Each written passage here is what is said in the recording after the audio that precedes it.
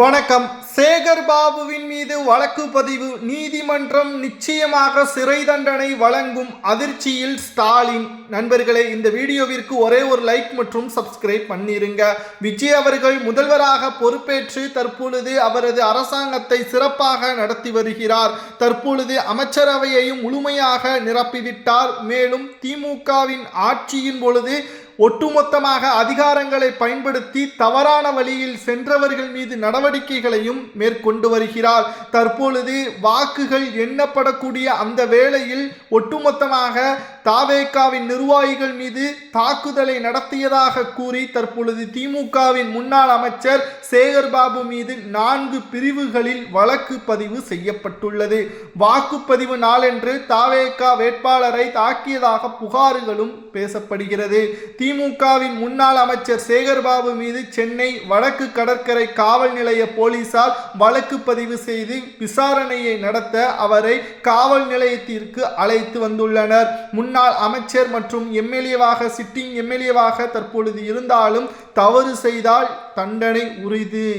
ஏனென்றால் கடந்த ஆட்சியில் போல அரசாங்கம் தற்பொழுது காவல்துறையை தனது கட்டுப்பாட்டில் வைக்கவில்லை. அரசியல்வாதிகளது கட்டுப்பாட்டில் காவல்துறை இல்லை. முழு சுதந்திரத்தை முதல்வர் விஜய் அவர்கள் வழங்கியுள்ளார். இதனால் நீங்கள் எம்எல்ஏவாக இருக்கலாம், அமைச்சர்களாக மாஜி அமைச்சர்களாக இருக்கலாம், தவறு செய்துவிட்டீர்கள், உங்கள் மீது வழக்கு பதிவு செய்யப்பட்டுள்ளது, விசாரணைக்காக வர வேண்டும் என்று கூறியுள்ளனர். ஆனால் காவல் நிலையத்திற்கு என்னால் வர முடியாது, எனது வழக்கறிஞர் வருவார் என்று தெரிவித்திருந்தார். நேரடியாக காவல்துறை போலீஸ் பாதுகாப்புகளோடு சேகர்பாபு அவர்களது வீட்டிற்கு புகுந்து அவரை கைது நடவடிக்கை செய்து விசாரணைக்காக காவல் நிலையத்திற்கு அழைத்து வந்துள்ளனர்.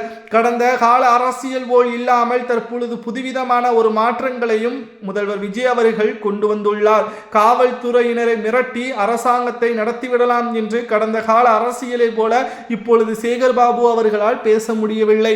வாக்குப்பதிவு நாளன்று தாவேகாவின் வேட்பாளர் சினோரா அசோக் உள்ளிட்டோரை தாக்கியதாக சேகர்பாபு மீது புகார்கள் எழுந்துள்ளது. சென்னை வடக்கு கடற்கரை காவல் நிலையத்தில் முன்னாள் அமைச்சர் சேகர்பாபு மீது 4 வழக்குகளின் கீழ் பதிவுகளும் மேற்கொள்ளப்பட்டு விசாரணைக்காக அவர் நீதிமன்றத்திற்கு செல்ல வேண்டும். அவர் மீது எஃப்ஐஆர் வழக்கும் பதிவு செய்ய உள்ளதாகவும் தகவல்கள் கிடைக்கப்பெற்றுள்ளது. கிட்டத்தட்ட எஃப்ஐஆர் வழக்கு பதிவு செய்யப்பட்டால் நிச்சயமாக 15 நாட்கள் முதலில் விசாரணைக்காக சிறையில் அடைக்கப்படுவார். அதற்கு பிறகு 3 முதல் 5 ஆண்டுகள் வரை சிறை தண்டனை வழங்கப்படலாம். ஏற்கனவே அவர் மீது பல்வேறு வழக்குகள் இருக்கிறது. ஆனால் கடந்த ஆட்சியில் அவரது அதிகாரத்தை பயன்படுத்தி காவல்துறையே தனது கட்டுப்பாட்டில் வைத்திருந்தார். ஸ்டாலின் அவர்களுக்கு பினாமியாகவே அவர் செயல்பட்டதாகவும் அவர் பின்னாலே சென்று சேகர்பாபு ஸ்டாலின் அவர்களது கைக்கூலியாகவும் அவரை பொம்மை முதல்வராக மாற்றியதில் முக்கிய பங்கு சேகர்பாபுவுக்கே சேரும் என்றும் பல விமர்சனங்களையும் நம்மால் பார்த்திருந்தோம். ஆனால் தற்பொழுது சேகர்பாபு வழக்கு பதிவு செய்யப்பட்டதால் ஸ்டாலின் அவர்களுக்கு இந்த தகவல் சென்றபோது ஸ்டாலின் அவர்களாலே எதுவும் செய்ய முடியாத நிலைமை உருவாகிவிட்டது. ஏனென்றால் அரசியலின் பிடியில் இனி காவல்துறை கிடையாது. முழு சுதந்திரம் விஜய் அவர்கள் வழங்கியுள்ளார். வழக்கு பதிவு யாரேனும் நடத்தினால் அதை பதிவு செய்த கடமை மற்றும் காவல் நிலையத்தில் சிசிடிவி கேமராக்கள், கட்ட பஞ்சாயத்து எதுவுமே நடத்தக்கூடாது. வழக்கு பதிவு செய்தால் இரு தரப்பினர்களையும் அழைத்து வந்து முறையான ஆதாரங்கள் எங்கு இருக்கிறதோ அவர்களது பக்கமே சாதகமாக காவல்துறை செயல்பட வேண்டும். தற்பொழுது சேகர்பாபுவிற்கு எதிராக அனைத்து ஆதாரங்களும் இருப்பதாக அவரை நீதிமன்றத்தில் ஆஜர்படுத்தி முதலில் கஸ்டடியில் எடுத்து அவரை விசாரணை நடத்த வேண்டும். அதற்கு பிறகு நீதிமன்றம் 3 முதல் 5 ஆண்டுகள் சிறை தண்டனை வழங்கப்படலாம் என்றும் தகவல்கள் கிடைக்கப்பெற்றுள்ளது. திமுகவிற்கு மிகப்பெரிய ஒரு இடியாக திமுகவின் ஆட்சி அதிகாரங்கள் இழந்த பிறகு காவல்துறையே மதிக்காமல் திமுகவை இருப்பது இந்த ஆட்சியில்தான் என்பதும் தற்பொழுது மக்கள் மத்தியில் வரவேற்பை பெற்றுள்ளது. ஏனென்றால் காவல்துறை அதிகாரிகளை முழுவதுமாக தனது கட்டுப்பாட்டில் வைத்துக்கொண்டு பல தவறான செயல்பாடுகளில் கடந்த ஆட்சிகளில் செய்யப்பட்டது. ஆனால் விஜய் அவர்கள் முழுவதுமான சுதந்திரத்தையும் மக்களின் பாதுகாப்பை கருத்தில் கொண்டு நீங்கள் எடுக்கக்கூடிய முடிவு சரியானதாக இருக்க வேண்டும், இல்லை என்றால் உங்களது பதவியே பறித்து விடுவேன் என்பதற்கேற்ப உத்தரவையும் முதல்வராக பொறுப்பேற்ற உடனே அனைத்து காவல் அதிகாரிகளையும் அழைத்து முறைப்படி பேசியுள்ளார் முதல்வர் விஜய் அவர்கள்.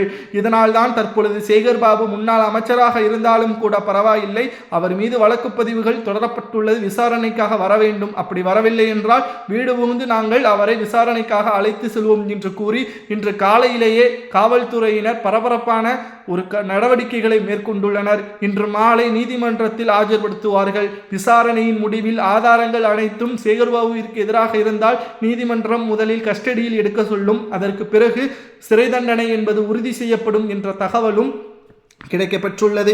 ஏற்கனவே திமுகவின் கூட்டணியில் இருக்கின்ற காங்கிரஸ், விசிக, இடதுசாரிகள், முஸ்லீம் லீக் தற்பொழுது ஒட்டுமொத்த கூட்டணி கட்சிகளும் விஜய் அவர்களது பக்கம் சென்று விட்டார்கள். தன்னந்தனியாக இருக்கின்ற திமுகவின் நிலைமையை பார்க்கும் பொழுது சேகர்பாபு தான் இதற்கு முக்கியமான காரணம். ஏனென்றால் சென்னையில் மொத்தம் 16 தொகுதிகள், அதில் 14 தொகுதிகள் விஜய் அவர்கள் வெற்றியடைந்துள்ளார்.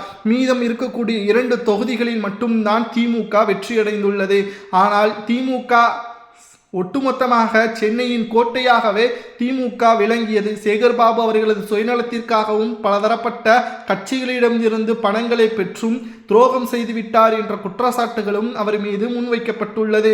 இப்பேற்பட்ட ஒரு சூழலில் திமுக சேகர்பாபுவை காப்பாற்ற வேண்டாம் என்று கிட்டத்தட்ட சேகர்பாபு அவர்களுக்கு எதிராகவே ஸ்டாலின் அவர்களது மனைவி துர்கா ஸ்டாலின் அவர்கள் கூறிவிட்டார். சேகர்பாபு நமக்கு தேவையில்லை, ஏனென்றால் அவரால் தான் திமுக பல இடங்களில் 3வது இடத்திற்கு தள்ளப்பட்டுள்ளது. அவரும் சபரீசனும் சேர்ந்து பெண் நிறுவனத்தின் மூலமாக பல மோசடிகளில் ஈடுபட்டுள்ளனர். நீங்கள் அவரை காப்பாற்ற வேண்டாம், அவரது அதிகாரத்தை பயன்படுத்தி அவரை வெளியே வரட்டும், நீங்கள் எந்த ஒரு பிரச்சனையிலும் ஈடுபட வேண்டாம், மக்களது கவனம் முழுவதும் நம் மீது தான் இருக்கிறது, எதிர்க்கட்சியாக இருந்தாலும் நாம் அதை சிறப்பாக செயல்படுத்த வேண்டும், சேகர்பாபுவிற்கு உதவி செய்ய வேண்டாம் என்று துர்கா ஸ்டாலின் அவர்களது பேச்சை தற்பொழுது ஸ்டாலின் அவர்கள் கேட்டிருப்பதாகவும் மற்ற திமுகவின் நிர்வாகிகளுக்கு உத்தரவுகளை பிறப்பித்திருப்பதாகவும் தகவல்கள் கிடைக்கப்பெற்றுள்ளது. இதனால் சேகர்பாபு அவர்களது நிலைமை தற்பொழுது தலைகீழாகவே மாறிவிட்டது. மேலும் வழக்கு பதிவு செய்யப்பட்டு சிறையில் அடைக்கப்பட்டால் அது மிகப்பெரிய ஒரு அவமானம், இனி யாரும் சேகர்பாபுவை மதிக்க மாட்டார்கள் என்றும் அரசியல் வட்டாரங்களில் கூறப்படுகின்றன. மேலும் திராவிட முன்னேற்ற கழகம் ஆட்சியின் பொழுது அறநிலைத்துறை அமைச்சராக சேகர்பாபு அவர்கள் செயல்பட்டார். அப்பொழுது கோவிலுக்கு தேவையான அடிப்படை வசதிகளை கூட சேகர்பாபு அவர்கள் செய்ய தவறிவிட்டார்.